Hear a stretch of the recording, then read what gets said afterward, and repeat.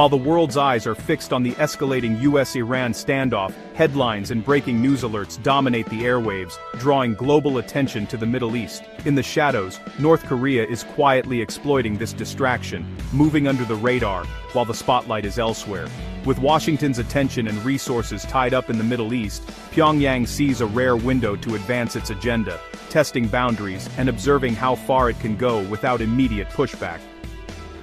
Kim Jong-un has a history of timing provocations to coincide with global crises. Knowing the US can't focus everywhere at once, he's mastered the art of seizing moments when the world is distracted. Every American move in Iran is one less on the Korean peninsula, giving North Korea space to act with less fear of reprisal. This shifting of priorities creates opportunities for Pyongyang to test new weapons or escalate tensions. This isn't random, it's a calculated strategy, honed over years of watching the world's response to simultaneous crises. Kim is watching how the US handles Iran, learning and adapting his own approach, always searching for weaknesses and opportunities. The Middle East distraction isn't just background noise, it's a key factor shaping North Korea's actions, influencing decisions made in Pyongyang's highest circles. In our interconnected world, a crisis in one region can spark new dangers elsewhere. The ripple effects of conflict travel far, creating new risks and shifting the global balance in unexpected ways. North Korea's provocations are on full display. Kim Jong-un recently oversaw a major rocket drill, launching nuclear-capable weapons within striking distance of South Korea. These shows of force are timed to coincide with US-South Korea military exercises, sending a clear message of defiance. North Korea has also launched multiple ballistic missiles, testing international resolve and showcasing its growing capabilities. Meanwhile, its nuclear arsenal is expanding, now estimated at around 50 warheads, with more in the pipeline. Each test serves to perfect delivery systems, boost domestic morale, and pressure adversaries, all while normalizing these dangerous acts. Pyongyang's strategy escalates step by step, always staying just below the threshold of outright war.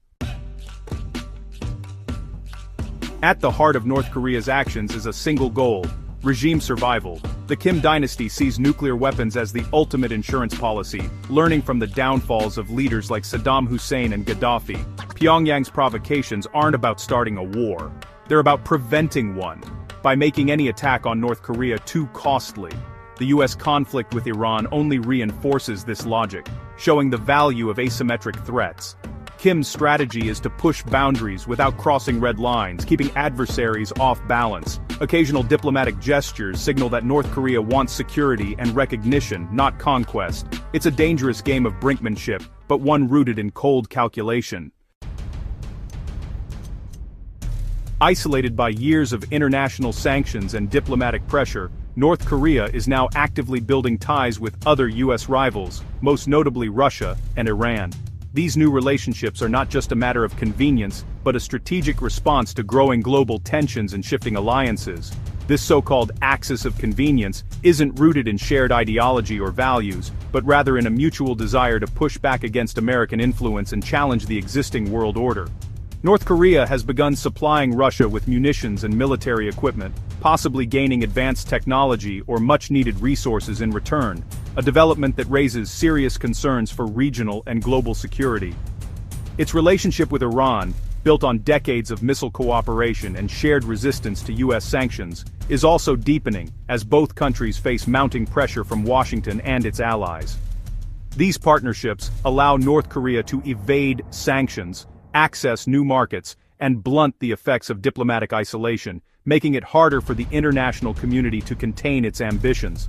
Support from Russia or Iran makes it increasingly difficult for the US and its partners to apply effective pressure or enforce meaningful consequences. This emerging network of anti-US states complicates Washington's strategy, giving Pyongyang new resilience and emboldening its leadership to pursue its goals more aggressively. Regional challenges are now deeply interconnected, as shifting alliances reshape the global order and create new uncertainties for the future. With the US distracted by crises elsewhere, North Korea growing more emboldened and new alliances rapidly forming in the region, Northeast Asia remains a volatile flashpoint, one of the world's most dangerous and unpredictable regions. The real danger isn't a planned war between nations but a miscalculation, a missile test gone wrong, or a border clash that suddenly spirals out of control, dragging others in. The UN Security Council is deeply divided, making sanctions less effective than ever before and leaving few diplomatic options on the table for world leaders. This forces the US, South Korea, and Japan to rely more heavily on military deterrence and joint exercises, raising the risk of escalation with every show of force. A nuclear-armed North Korea undermines global non-proliferation efforts and could inspire other nations to pursue their own nuclear ambitions, further destabilizing the world. Northeast Asia's stability is vital to the world economy. It's a hub for global trade and manufacturing, and a conflict here would have immediate and far-reaching global repercussions. North Korea is methodically advancing its goals, testing boundaries and capabilities, even if it's not making headlines or dominating the news cycle. The challenge for the world is clear: manage this enduring threat with vigilance and diplomacy, without triggering the very conflict everyone desperately wants to avoid, and ensure peace in a region that truly matters to us all.